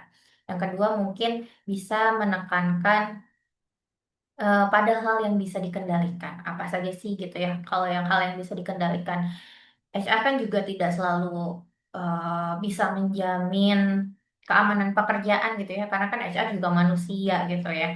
Tetapi setidaknya HR bisa membantu karyawan pada fokus hal-hal yang mungkin bisa mereka kendalikan seperti adanya peningkatan kompetensi gitu ya, adanya pengembangan keterampilan seperti nantinya diikutin coaching lah, diikutin training lah, terus adanya kemampuan beradaptasi terhadap perubahan. Jadi pendekatan ini bisa membantu nih untuk mengurangi rasa tidak berdaya yang sering muncul saat mungkin ekonomi sedang terburuk gitu ya. terpuruk gitu ya atau sedang tidak pasti, jadi HR juga bisa melakukan hal itu. Jadi tadi informasinya transparan, menekankan hal-hal yang bisa kita kendalikan saja, kemudian coba memproses dan kebijakan memproses dan kebijakan yang adil gitu ya. Jadi rasa aman juga memang perlu muncul. Rasa aman itu akan muncul ketika karyawan percaya nih bahwa perusahaan juga bisa mengambil keputusannya itu secara objektif dan juga transparan. Nah, yang terakhir mungkin bisa memperkuat hubungan antara atasan dan juga karyawan. Itu juga bisa dilakukan gitu ya oleh HR. Karena memang kan eh, HR pastinya dibekali gitu ya dengan keterampilan komunikasinya secara terbuka, mendengarkan kekhawatiran dari bawahan, anggota tim, atasan, dan juga HR kan bisa memberikan umpan balik gitu ya, yang konstruktif, membangun gitu.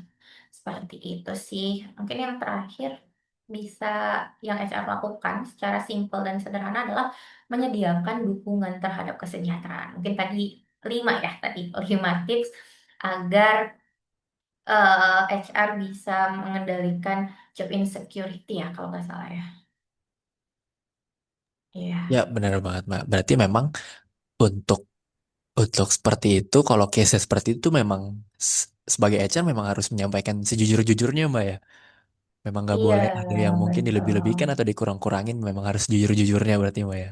Iya, biar saling mengerti. Kalau misalkan kita bagus-bagusnya nih kalau udah tahu nih perusahaannya tuh lagi turun misalkan, tapi HR tuh Hmm. bilang ke kitanya kayak tenang guys, perusahaan kita tuh masih punya dana ini, dana itu, tetapi kan nggak ada sebenarnya.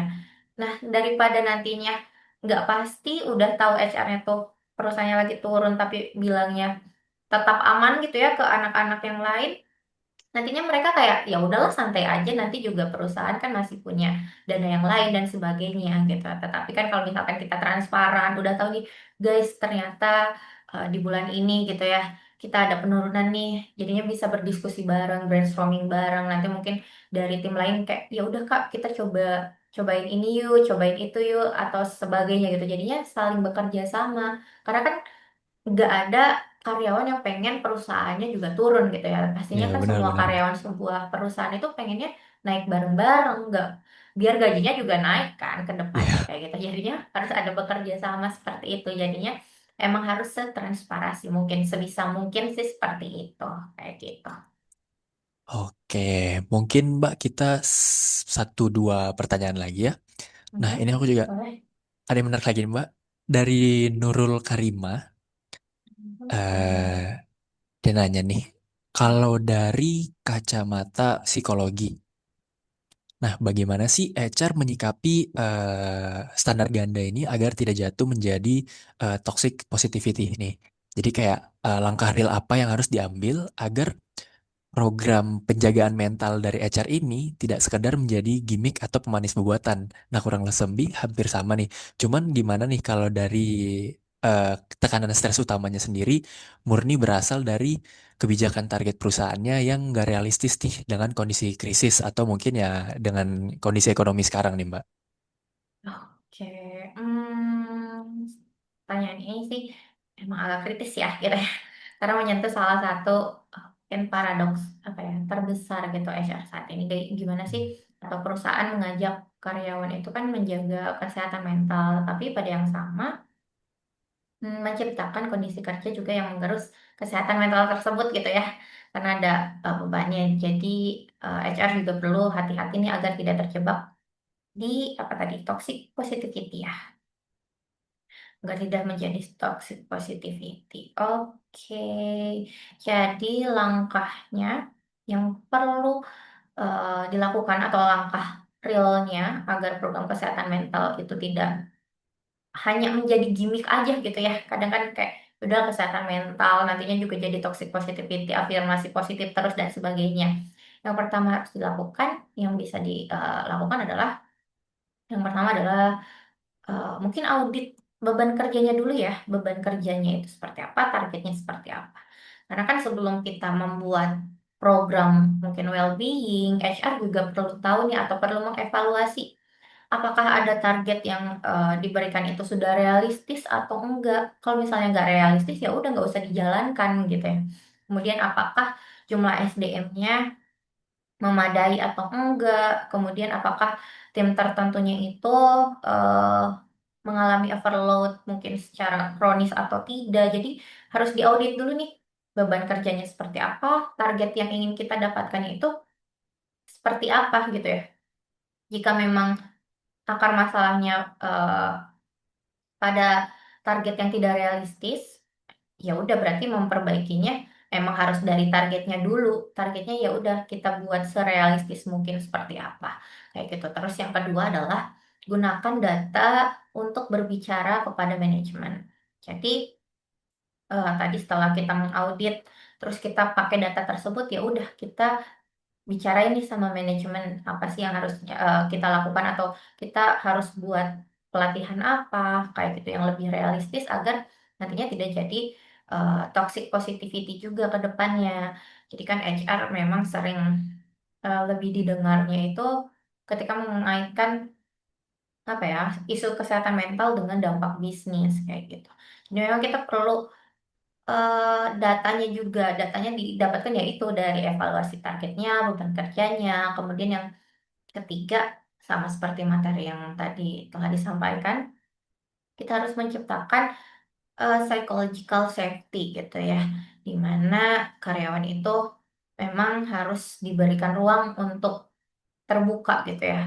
Ya di mana dia ngomong mungkin target ini tuh nggak mungkin kita capai dalam 1 minggu gitu, bisanya dalam 1 bulan dan sebagainya. Itu harus dibentuk gitu.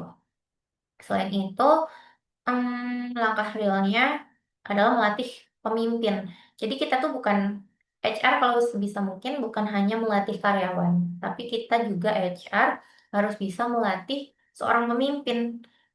Karena kan seorang pemimpin juga walaupun dia atasan kita ataupun dan sebagainya gitu ya, itu juga seringkali kan membutuhkan pengarahan dari HR karena beliau mungkin nggak tahu apa sih yang terjadi di lapangan, apa sih yang terjadi di bawahnya itu kan nggak tahu seperti apa. Jadinya ya udah kita harus melatih memimpin gitu ya. Melatih pemimpinnya itu seperti apa sih yang harus dilakukan. Sharing sessionnya itu seperti apa sih. Nah, kemudian yang kelima mungkin dari HR-nya selaraskan nih pesannya eh, apa ya selaraskan pesannya dan juga praktiknya itu seperti apa. Jadi jangan ngomongnya apa, tapi ternyata praktiknya beda gitu. Kalau misalkan ingin membuat program kesehatan mental, kan harus ketika akan dipercaya itu harus selaras dengan kebijakan dari organisasi itu sendiri. Kayak gitu sih. Jadi karyawan mungkin biasanya sulit apa ya mempercayai kampanye-kampanye well-being jika mungkin lembur terus dianggap normal gitu ya. Atasan menghubungi tim setiap malam itu dianggap normal. Nah, itu tuh lama-kelamaan nantinya akan menjadi toxic juga atau bahkan bisa dibilang toxic positivity walaupun mungkin kayak kan itu pekerjaan dan sebagainya itu kan demi kebaikan perusahaan dan sebagainya tapi kita juga harus tahu batasan sebaiknya kita harus membangun kepercayaannya itu seperti apa sih munculnya itu seperti apa sih kayak gitu sih mungkin itu kali ya semoga bisa menjawab pertanyaan dari Kak Nurul ya tadi ya Kak Aji ya. Iya, benar banget Mbak dari Kak Nurul. Berarti memang kita sebagai eh, HR memang juga harus tahu batasnya juga Mbak ya. Jadi memang Hmm, lebih bisa menyesuaikan juga dengan karyawannya maupun pemimpinnya juga ya.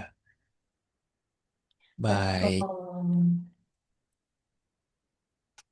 Oke, dari Mbak Nadia sendiri, apakah ada pertanyaan lagi Mbak yang ingin dijawab? Tapi kita melihat waktunya sih sudah lumayan Udah mepet. cukup ya. Iya Yeps, ya ya. udah.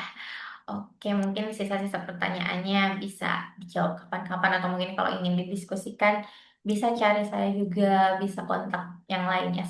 Seperti itu kali ya Boleh teman-teman banget. ya. Oke, nah tadi tuh sesi Q&A kita, jadi terima kasih juga atas pertanyaan dari Bapak Ibu Great People semua dan juga jawaban yang telah diberikan dari Mbak Nadia. Nah, sebelum mengakhiri sesi materi ini dan juga Q&A ini, mungkin dari Mbak Nadia ada mau memberikan closing statement terlebih dahulu. Oke, mungkin closing statement dari webinar pada hari ini, aku mau eh, menyampaikan gitu ya, 3 pesan utama yang buat teman-teman ke depannya itu biar lebih bisa siap gitu ya menjalani tantangan-tantangan di era ekonomi ini gitu ya. Yang pertama adalah kesehatan mental dan performa bisnis itu saling berkaitan teman-teman. Jadi kita nggak bisa hanya memberatkan ke salah satu pilihan saja gitu. Jadi sebisa mungkin kita harus bisa menyeimbangkan antara kesehatan mental dan juga performa bisnis.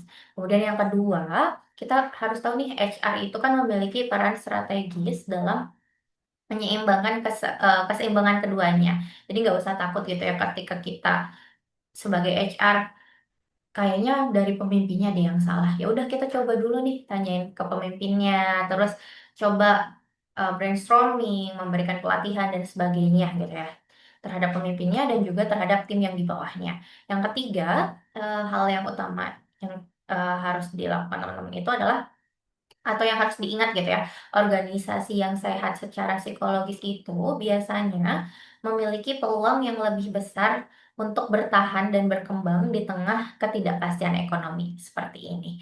Jadi di tengah tekanan ekonomi, tantangan terbesar organisasi itu kan bukan hanya mempertahankan bisnis ya, tetapi juga mempertahankan manusia yang menjalankan bisnis tersebut. Ketika karyawan merasa didukung, dihargai, dan sehat secara psikologis, performa organisasi juga pastinya akan mengikuti. Jadi untuk webinar kali ini mudah-mudahan bisa eh, memberikan insight gitu ya khususnya bagi teman-teman semua yang mungkin bekerja sebagai HR dan sebagainya kayak gitu. Jadi teman-teman tetap semangat kayak gitu. Terima kasih dari saya sampai di sini dulu. Saya kembalikan ke Mas Aji. Silakan. Baik, terima kasih sekali lagi Mbak Nadia. Nah, itu dia Great People semua, pemaparan materi dan juga sesi tanya jawab serta closing statement dari Mbak Nadia sebagai speaker kita pada hari ini yang pastinya sangat insightful dan bermanfaat. Nah, baiklah Great People. Nah, sesi Q&A tadi juga menandakan berakhirnya nih materi webinar kita pada hari ini. Nah, namun seperti biasanya sebelum kita mengakhiri webinar akan ada eh, door prize untuk great people yang beruntung yang hadir di webinar ini. Nah, door prize tersebut berupa saldo e-wallet sebesar 30.000 untuk 4 orang yang beruntung. Nah, untuk pemenangnya yaitu ini akan aku tuliskan di kolom komentar. Ada dari Salomo Depi, yang kedua ada Umi Z, ada tiga dari ada Oda N, dan juga yang terakhir dari Nurul Karima. Nah, masing-masing pemenang nanti akan mendapatkan saldo e-wallet senilai 30.000. Nah, jadi bagi keempat pemenang yang tadi silakan konfirmasi ke nomor e-wallet dengan menghubungi saya sendiri ke nomor akan aku cantumkan nanti di akhir acara untuk nomornya. Nah, saya ingin menyampaikan juga kepada Great People bahwa Great Together ini sudah memiliki community WhatsApp group sebagai wadah khusus yang tentunya akan bermanfaat nih bagi rekan-rekan praktisi HR. Nah, bagi Great People yang ingin terhubung, silakan boleh banget di scan QR code yang di layar untuk bergabung nih dengan komunitas WhatsApp kami.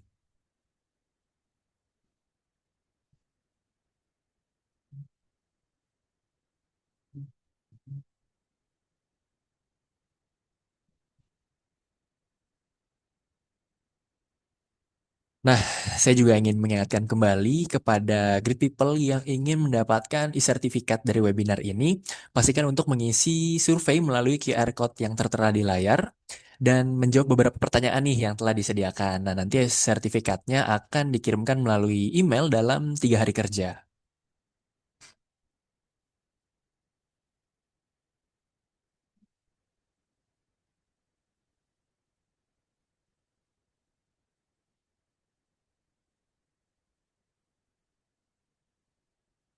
Nah, bagi great people juga yang masih memiliki pertanyaan setelah event, nanti juga bisa langsung menghubungi saya via WhatsApp ke nomor yang tertera di layar.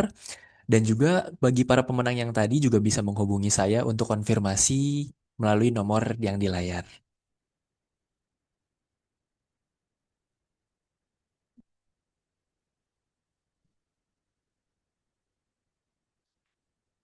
Nah, sebelum kita mengakhiri juga sesi hari ini, kami juga dari Grid Day ingin mengundang Bapak Ibu untuk kembali bergabung dalam webinar Grid Day HR berikutnya yang akan diselenggarakan pada hari Selasa 23 Juni 2026 di pukul yang sama jam 2 sampai jam 4. Nah, bersama kita menghadirkan speaker Bapak Aditya Danang, seorang senior tech consultant, yang mana di webinar nanti kita akan membahas HR and tax efficiency di era regulasi baru, memahami PP 20 tahun 2026 dan strategi efisiensi perusahaan.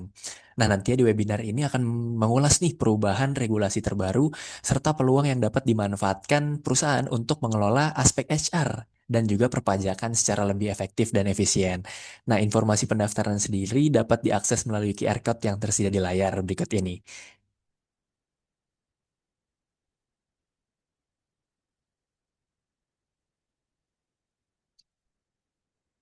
Nah, dengan demikian berakhir sudah acara webinar Get Together hari ini. Terima kasih kepada Mbak Nadia dan juga dari Mbak Ayu dari BP Consulting yang juga telah menjadi narasumber kita pada hari ini. Terima kasih atas kesediaan dan juga waktunya nih untuk berbagi pengetahuan dan pengalamannya dengan kami. Terima kasih juga kepada seluruh great people yang sudah meluangkan waktu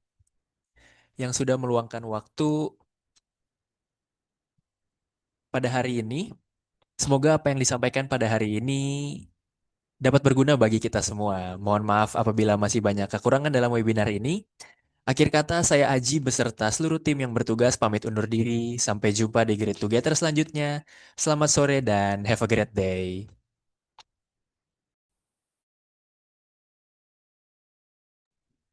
Terima kasih, Great Day. Terima kasih, izin live ya. Terima kasih Mbak Ayu, Mbak Nadia.